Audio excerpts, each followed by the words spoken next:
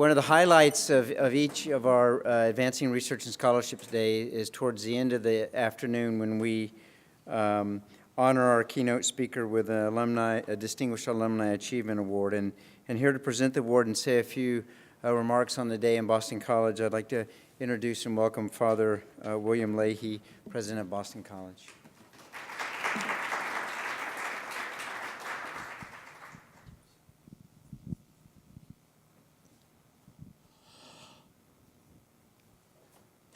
If I can, I just want to come and offer a few observations about this day and what Boston College is about in seeking to integrate the undergraduate experience, but also with work on the graduate and doctoral level that takes the insights and the commitment of the experience of undergrads and working with faculty and then moves into pretty sophisticated research. And when you look back on the day here from 12 o'clock, and in spite of a rather chilly room, lots of ideas were being generated and warming this place up. And when I looked through the materials, what I said was there are individuals who display commitment, tenacity, and a willingness to really invest themselves in working to achieve some kinds of solutions and ways in which we can be better in our community, whether it is working in schools, whether it's health, whether it's in areas that touch on audiences around the world, Uganda, for instance. It seems to me what's essential is that there be this effort to integrate the research and the insights into things that are practical, that have some kind of application. And that application may not be immediate, but somewhere, higher education in the United States has to make sure it engages real issues and proposes significant insights and steps that can help our society move forward. And so in this day of research reporting, that phrase about the common good, I think is so essential for us, that we not lose sight that what we're doing here is important, it has impacts, and it does good. It helps make our world more at peace, a better place, and succeeding generations will benefit from what we do. It's not simply we do this kind of research for our own sakes, for our own kinds of satisfactions. That's partly why I think faculty engage in research. But there is also a desire to use the gifts that we have for others. So for faculty who have been involved in this day, but also with the students that they're working with, I am very grateful that you are investing yourselves and doing the kinds of things that pay such rich dividends. And we also know how important it is to have mentors and examples. And the individual that we're awarding our Alumni Achievement Award to tonight is someone who, when he graduated in 1968, he may have told you this already, he really had no idea what he was going to do.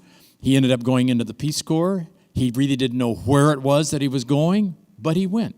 He had that disposition to risk and to try things new, but it came out of a desire to help people.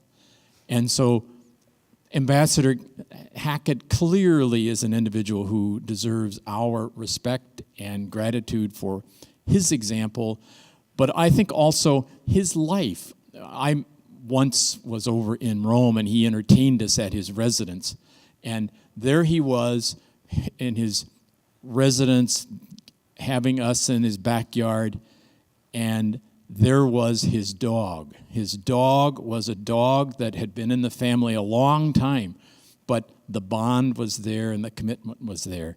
So I said, this guy has interests that go far beyond the relationship between the Vatican and the United States.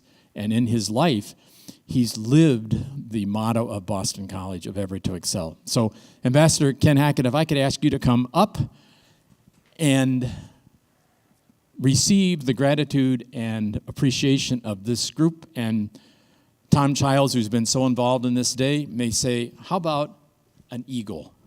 There's two parts to it. The heavy part is back there. So. And so, in a way, this is an eagle to another eagle. How's that?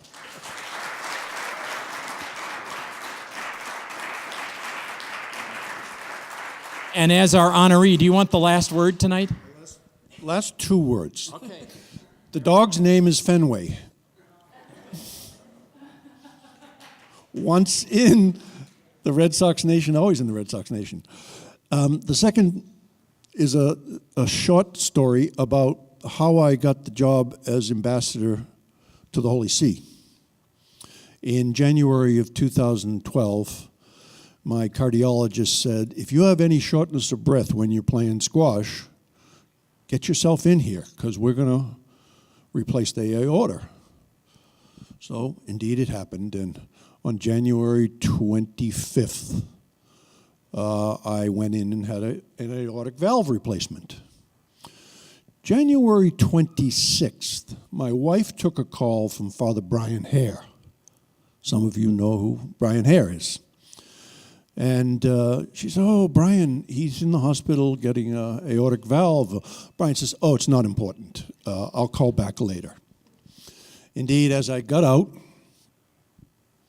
first week in February, I'm recovering, and I got a call from the White House. And the individual, the chief of staff, said, Ken, do you remember a conversation we had about a year ago? Would you still like to go to the Vatican? I said, sure. And I jumped up as much as I could, and it was off and running. Brian Hare called a couple of days later, and he said, oh, Ken, what I was calling you about was that Senator Kerry called Father Leahy to ask Father Leahy to contact Cardinal O'Malley to see if I would be a suitable replacement for the job. True? So he got me my job in the Vatican. Thank you very much. Thank you.